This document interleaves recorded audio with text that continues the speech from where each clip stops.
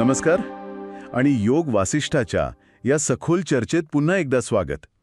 आज आपण एका खूप मूलभूत पण तितक्याच गूढ प्रश्नाच्या मागे लागणार आहोत. अज्ञान. हे अज्ञान म्हणजे नेमकं काय? आणि आपलं मन, आपलं चित्त या अज्ञानाच्या खेळात किंवा जाळ्यात म्हणूया नक्की काय भूमिका बजावतं? बरोबर. यासाठी आपण योग वासिष्ठाच्या दुसऱ्या पुस्तकात जाणार आहोत. अध्याय 9 ते 12. बरोबर, अगदी. आणि यातली मुख्य गोष्ट म्हणजे भृगु ऋषी आणि त्यांचा मुलगा शुक्र यांची एक विलक्षण कथा आहे. म्हणजे खरं तर अविश्वसनीयच वाटावी अशी. हो हो, या कथेबद्दल थोडं ऐकलंय मी. म्हणजे शुक्राची तपश्चर्या, त्याचं शरीर गळून पडणं आणि मग त्याच्या मनाचा युगांयुगांचा प्रवास. तर याच कथेच्या आधारे आपण मन, वास्तव आणि अंतिमतः मुक्ती या मोठ्या संकल्पना कशा उलगडल्या आहेत योग वासिष्ठात ते बघणार आहोत. म्हणजे अज्ञानाचं मूळ स्वरूप काय, ते दुःखाचं कारण कसं बनतं, आणि सगळ्यात महत्त्वाचं, यातून बाहेर कसं पडायचं, आत्मज्ञान म्हणजे काय, या सगळ्या प्रश्नांची उत्तरं शोधण्याचा प्रयत्न करूया. ही कथा म्हणजे एक प्रकारे अज्ञानाच्या चक्रव्यूहाचा नकाशाच आहे असं म्हणायला हरकत नाही. उत्तम. चला तर मग या कथारूपी आरशात डोकावूया. सुरुवात तर एकदम काय म्हणतात त्याला, नाट्यमय आहे. शुक्र नावाचा तरुण ऋषिकुमार तपश्चर्येला बसतो. हो, आणि साधीसुधी नाही, अत्यंत कठोर तपश्चर्या. तो इतका ध्यानमग्न होतो की त्याला स्वतःच्या देहाचंच भान उरत नाही. म्हणजे किती काळ? वर्षानुवर्ष नव्हे, शतकानुशतकं तो एकाच स्थितीत बसून राहतो. इतका की त्याचं मांस, त्वचा सगळं हळूहळू झडून जातं. आणि शेवटी काय उरतं तर फक्त अस्थिपंजर, हाडांचा सापळा. अरे बापरे, कल्पना करणंही शक्य नाहीये. फक्त हाडांचा सापळा. अगदी. आणि योग वासिष्ठातलं वर्णन मोठं मार्मिक आहे बरं का. असं म्हटलंय की तो अस्थिपंजर जणू काही जगातडे, जगातल्या चिंतांकडे पाहून उपहासाने दात विचकत उभा होता. Showing white teeth in derision. अच्छा, म्हणजे यात काहीतरी गर्भितार्थ आहे. नक्कीच. केवळ शरीराला कष्ट देणारी तपश्चर्या जर ती मानसिक शिस्त आणि ज्ञानाशिवाय असेल तर ती किती निरर्थक आहे, हेच जणू तो सांगतोय. शरीर झिजवलं, पण मन कुठे होतं त्याचं? आणि मग 1000 वर्षांनी त्याचे वडील भृगु ऋषी तिथे येतात. हो, ते मुलाला शोधत येतात आणि त्याची ही अवस्था बघून त्यांना प्रचंड दुःख होतं आणि रागही येतो, संताप अनावर होतो त्यांचा. इतका की ते मृत्यूची देवता जी आहे यम, त्याला शाप द्यायला तयार होतात. इथे कथेला एक वेगळं वळण मिळतं. यम स्वतः प्रकट होतो. तो भृगु ऋषींना शांत करतो आधी. समजावतो की मृत्यू हा दैवी नियमानुसार येतो, कुणाच्या इच्छेप्रमाणे किंवा रागामुळे नाही. पण मग यम जे सांगतो ना, ते खऱ्या अर्थाने चक्रावून टाकणार आहे. काय सांगतो यम? यम म्हणतो, ऋषीवर, तुमचा मुलगा मेलेला नाही. मेलेला नाही? अस्थिपंजर उरलाय तरी? हो.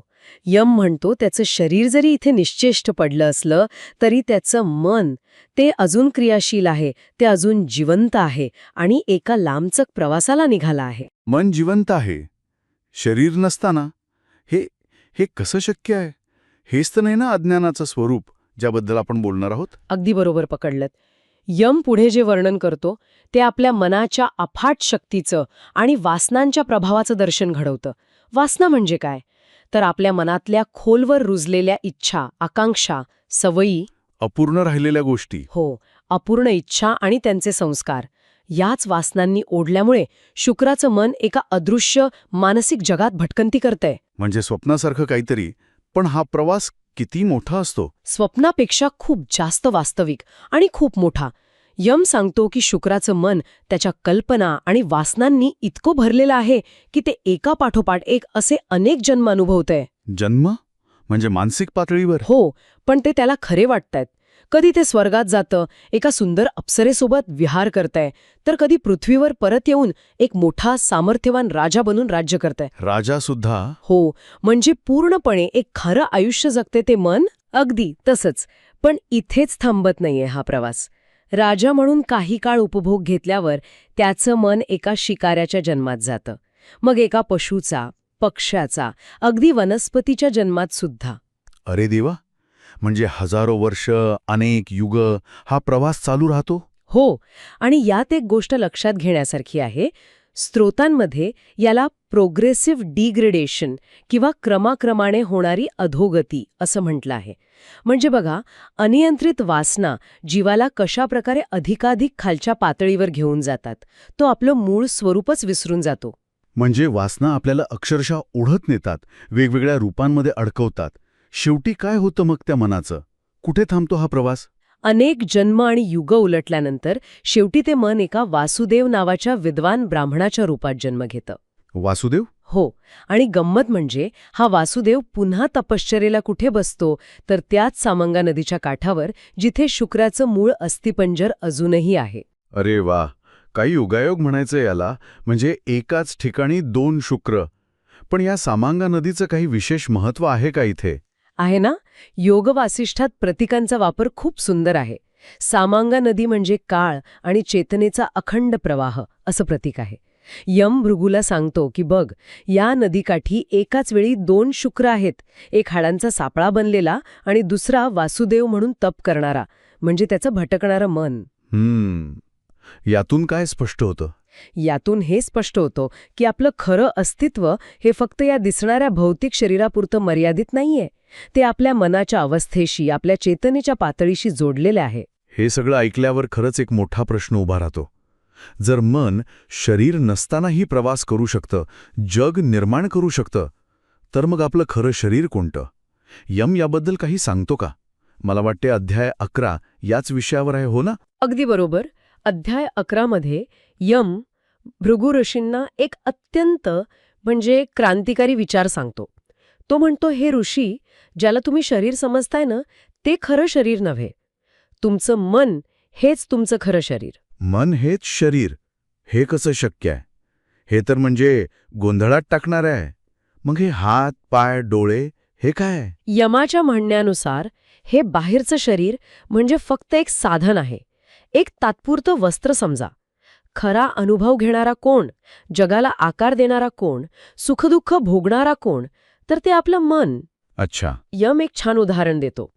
जसा कुंभार असतो ना, तो माती घेतो आणि त्यापासून वेगवेगळी भांडी घडवतो, तसंच आपलं मन आपल्या विचारांमधून, संकल्पनांमधून, वासनांमधून आपलं वास्तव, आपलं जग निर्माण करतं. म्हणजे आपण जे जग पाहतो, अनुभवतो, ते आपल्या मनाने रचलेलं आहे? हे स्वीकारायला थोडं कठीण आहे. कारण बाहेरचं जग तर आहेच की. डोंगर, नद्या, ही सगळी माणसं. योग वासिष्ठ असं नाही म्हणत की हे जग नाहीच, पण ते आपल्याला जसं दिसतं, जसं जाणवतं, ते बऱ्याच अंशी आपल्या मनाचं प्रक्षेपण आहे. म्हणजे काय, तर ते एका जादुई शहरासारखं, मॅजिक सिटी. जादुई शहर? हो, म्हणजे एखादं शहर जे खरं नसलं तरी जादूगाराच्या कौशल्यामुळे किंवा आपल्या सर्वांच्या सामूहिक समजुतीमुळे ते खरं असल्यासारखं भासतं. आपलं मन काय करतं, वास्तवावर आपल्या समजुतींचा, भावनांचा, इच्छांचा रंग चढवतं आणि मग तेच रंगीत वास्तव आपल्याला खरं वाटायला लागतं. बापरे, म्हणजे आपण स्वतःच आपल्या वास्तवाचे चित्रकार आहोत. पण हे थोडं अजून सोपं करून सांगायला काही उदाहरणं, रूपकं वापरली आहेत का? हो, नक्कीच. यम काही खूप सुंदर रूपकं वापरतो, ज्यामुळे हा जो गुंतागुंतीचा विचार आहे ना, तो समजायला मदत होते. पहिलं रूपक आहे समुद्र आणि लाटांचं. समुद्र आणि लाटा? हो. ब्रह्म म्हणजे ते अंतिम सत्य, परमात्मतत्व, ते कसं आहे, तर एका अथांग शांत समुद्रासारखं. आणि या जगात दिसणारे सगळे वेगवेगळे रूप, देव, दानव, मानव, पशु, पक्षी, झाडं, दगड, ही सगळी काय आहेत, तर त्या समुद्रावर उठणाऱ्या आणि क्षणार्धात विरून जाणाऱ्या लाटा. लाटा समुद्रापेक्षा वेगळ्या नसतात, बरोबर? त्या समुद्रातूनच येतात आणि समुद्रातच जातात. तसंच हे सगळे जीव त्या एकाच ब्रह्मतत्वाचे आविष्कार आहेत. त्यांचं वेगळेपण, त्यांचा आकार, स्वभाव, अनुभव, हे सगळं कशामुळे, तर त्यांच्या मनातल्या वासना आणि भ्रमांमुळे. म्हणजे मी ही लाट आहे, मी समुद्र नाही, या भावनेमुळे. वा, आपण सगळे एकाच समुद्राच्या लाटा आहोत. हे खूप सुंदर वाटलं ऐकायला. आणि दुसरं रूपक कोणतं? दुसरं आहे रेशमी किडा आणि त्याचा कोश. रेशमी किडा? अच्छा. हो. आपलं मन कसं आहे, त्या रेशमी किड्यासारखं. तो किडा काय करतो, स्वतःच्याच तोंडातून लाळ काढून, धागा विणून स्वतःभोवती एक कोश तयार करतो आणि त्यात स्वतःच अडकून पडतो. बरोबर. तिच्या धाग्यांनी स्वतःभोवती एक बंधनाचा कोश विणतं आणि त्यात अडकतं. पण जसा तो किडा मोठा झाल्यावर तो कोश तोडून फुलपाखरू बनून बाहेर येतो की नाही, हो. तसंच आपलं मन सुद्धा आत्मज्ञानाच्या शक्तीने हे स्वतःचं तयार केलेलं बंधन तोडून मुक्त होऊ शकतं. म्हणजे काय दिसतं यातून? बंधन पण मनानेच घातलंय आणि मुक्ती पण मनाच्याच हातात आहे. अरे वा, म्हणजे आपणच आपले कैदी आणि आपणच आपले मुक्तिदाते. कमाल आहे. आणि ते जादुई शहरवालं रूपक, ते थोडं आणखी स्पष्ट कराल का? हो, जादुई शहर किंवा कधीकधी गंधर्व नगरी, सिटी इन द क्लाउड्स असंही म्हणतात. हे रूपक काय सांगतं की हे जग आणि त्यातले आपले अनुभव हे मोठ्या प्रमाणात आपल्या मानसिक धारणांवर अवलंबून आहेत, आपल्या आणि इतरांच्या सामूहिक समजुतींवर. एखादी गोष्ट खरी आहे असं आपण का मानतो? कारण आपलं मन तसं ठरवतं किंवा आपला समाज तसा मानतो म्हणून. अच्छा, जसं स्वप्नातलं शहर खरं वाटतं, पण जाग आल्यावर कळतं की ते नव्हतं. तसंच ज्ञानाचा प्रकाश पडला की हे जग आणि त्यातले भेद हे सगळे भ्रम वाटू लागतात. ते पूर्णपणे असत्य नाही, पण त्याचं स्वरूप आपण समजतो तसं स्थिर, अंतिम नाही. ते बदलणार आहे, मनाच्या स्थितीनुसार. याचा अर्थ असा घ्यायचा का की देव, मानव, कीटक किंवा दगड यांच्यात जो काही फरक आपल्याला दिसतो तो मुळात फक्त त्यांच्या चेतनेच्या किंवा जागरूकतेच्या पातळीचा फरक आहे? बाकी मूळ तत्व एकच? अगदी नेमका मुद्दा मांडलात तुम्ही. यम हेच सांगतोय. हे सगळे जीव एकाच ब्रह्मसमुद्राच्या लाटा आहेत. फरक फक्त त्यांच्यातील जाणीवेचा, जागरूकतेचा. त्यांची विशिष्ट रूपं आणि त्यांना येणारे बरे वाईट अनुभव हे कशावर ठरतात? तर त्यांच्या मानसिक घडणीनुसार किंवा त्यांच्या चित्तात जे संस्कार आहेत त्यानुसार. स्त्रोतांमध्ये अगदी स्पष्ट म्हटलंय, variety in creation is due to the variety of thoughts. सृष्टीतील विविधता ही विचारांच्या विविधतेमुळे आहे. अज्ञानामुळे म्हणजे स्वतःच्या मर्यादित रूपाच्या कल्पनेत अडकल्यामुळे त्याच स्थितीत राहतात किंवा अजून खाली जातात. हे सगळं ऐकल्यावर वाटतं की मग या सगळ्या दुःखाचं, या जन्ममरणाच्या फेऱ्यांचं, या मानसिक भटंगतीचं मूळ कारण तरी काय असेल? अध्याय 12 याच प्रश्नाकडे येतो का आता? हो, बरोबर. अध्याय 12 हा थेट अज्ञानाच्या मुळावरच घाव घालतो.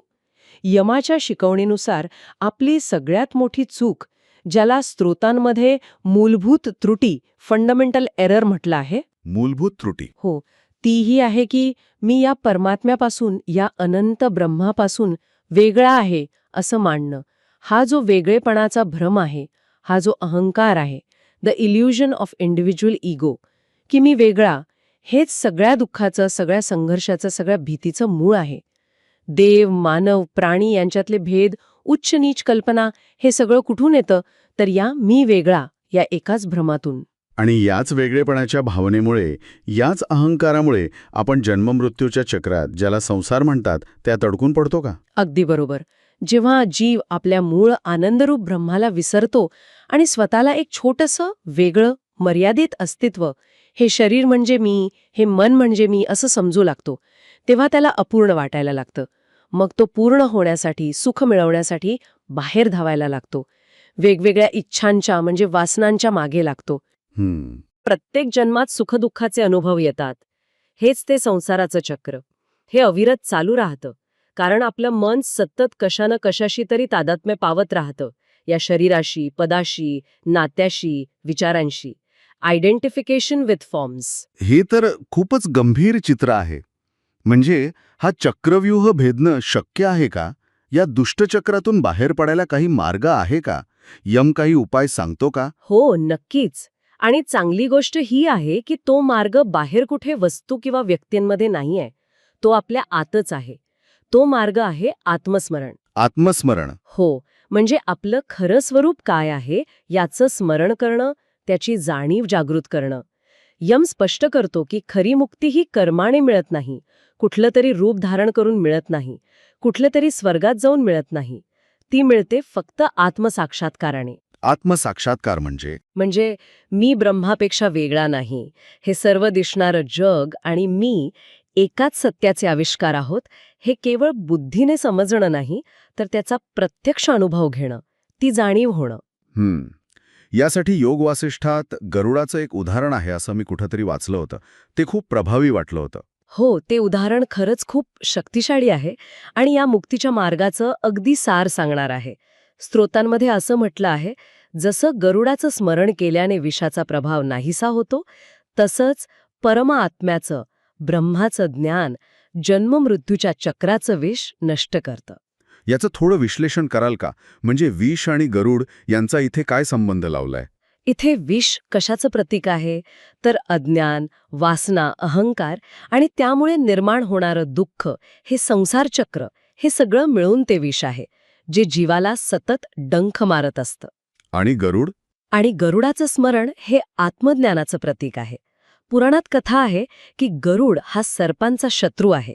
त्याच्या नुसत्या नावाने किंवा स्मरणाने सुद्धा सर्पविष उतरतं, त्याचा प्रभाव तात्काळ जातो. अच्छा.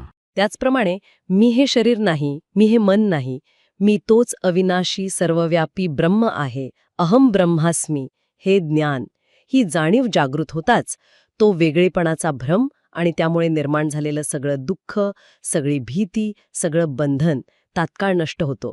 त्या ज्ञानाची ताकद इतकी प्रचंड आहे. अप्रतिम. म्हणजे ज्ञानाचा एक क्षण अज्ञानाच्या युगांना संपवू शकतो. हे ज्ञान मग भृगु ऋषींना कसं मिळालं? म्हणजे यमाच्या उपदेशाने त्यांच्यात नक्की काय बदल झाला? विवेक आणि वैराग्य हे शब्द ऐकले मी. बरोबर. यमाचा उपदेश ऐकून भृगु ऋषींच्या डोळ्यांवरची जी अज्ञानाची झापड होती ती दूर झाली. त्यांना विवेक प्राप्त झाला.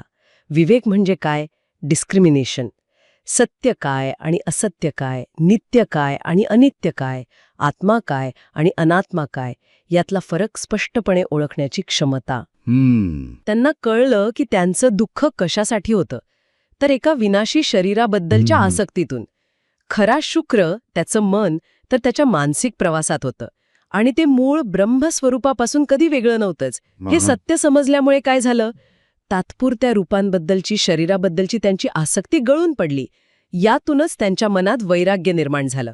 डिस्पॅशन और डिटॅचमेंट. वैराग्य म्हणजे जगाचा तिरस्कार नाही, बरोबर? अगदी नाही. वैराग्य म्हणजे जगातल्या वस्तू आणि घटनांमधून मिळणारं सुख हे क्षणभंगूर आहे आणि खरं चिरंतन सुख आपल्या आतच आहे, हे समजल्यामुळे आलेली अनासक्ती, एक प्रकारची समत्व बुद्धी. त्यामुळे त्यांचा सुरुवातीचा तो प्रचंड क्रोध, तो शोक सगळा नाहीसा झाला आणि ते शांत झाले, समस्थित झाले. म्हणजे बघा क्रम कसा आहे.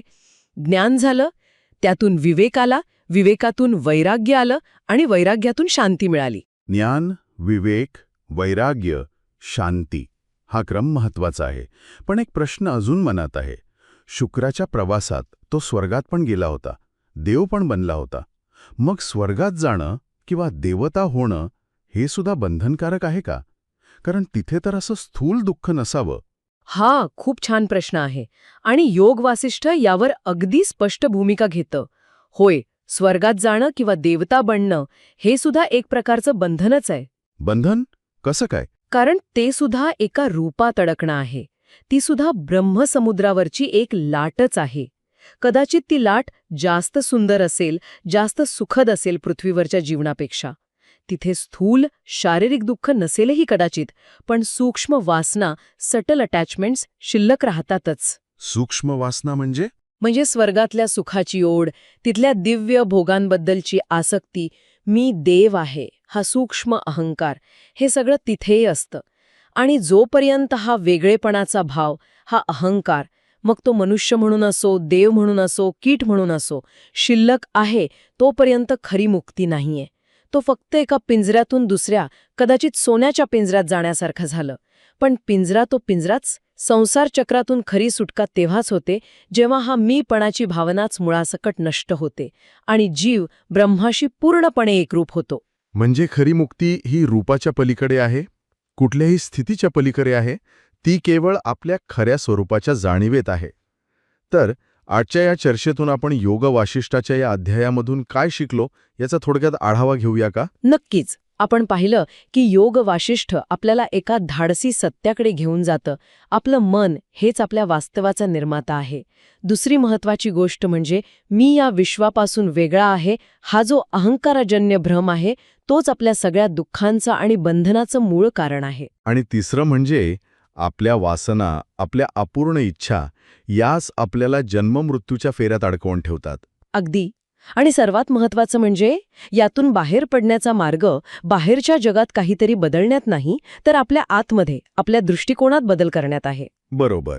खरी मुक्ती मिळते आत्मज्ञानाने. हो, सर्व काही एकच ब्रह्म आहे या अद्वैत सत्याचा केवळ बौद्धिक स्वीकार करून नाही, तर त्याचा प्रत्यक्ष अनुभव घेऊन.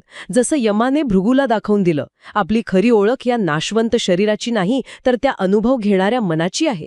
आणि अंतिमतः ती ओळख त्या मनाच्याही पलीकडे जाऊन त्या सर्वव्यापी ब्रह्माशी एकरूप होण्याची आहे. हे सगळं ऐकल्यावर, विशेषतः मनच वास्तव निर्माण करता हा विचार, हा ऐकल्यावर एक प्रश्न मनात राहून येतोय. कोणता प्रश्न? जर आपलं मन आपलं वास्तव घडवत असेल, तर मग आपण प्रत्येक क्षणी आपल्या विचारांनी, आपल्या धारणांनी, अगदी आपल्या नकळत सुद्धा कोणतं वास्तव निवडत आहोत, कोणतं जग आपल्यासाठी निर्माण करत आहोत. आपल्या विचारांच्या या सूक्ष्म धाग्यांवर लक्ष ठेवून, त्यांना सजगपणे निवडून आपण आपल्या अनुभवांना, आपल्या जगाला अधिक सकारात्मक, अधिक अर्थपूर्ण आकार देऊ शकतो का? मला वाटतं या प्रश्नावर प्रत्येकाने नक्की विचार करायला हवा.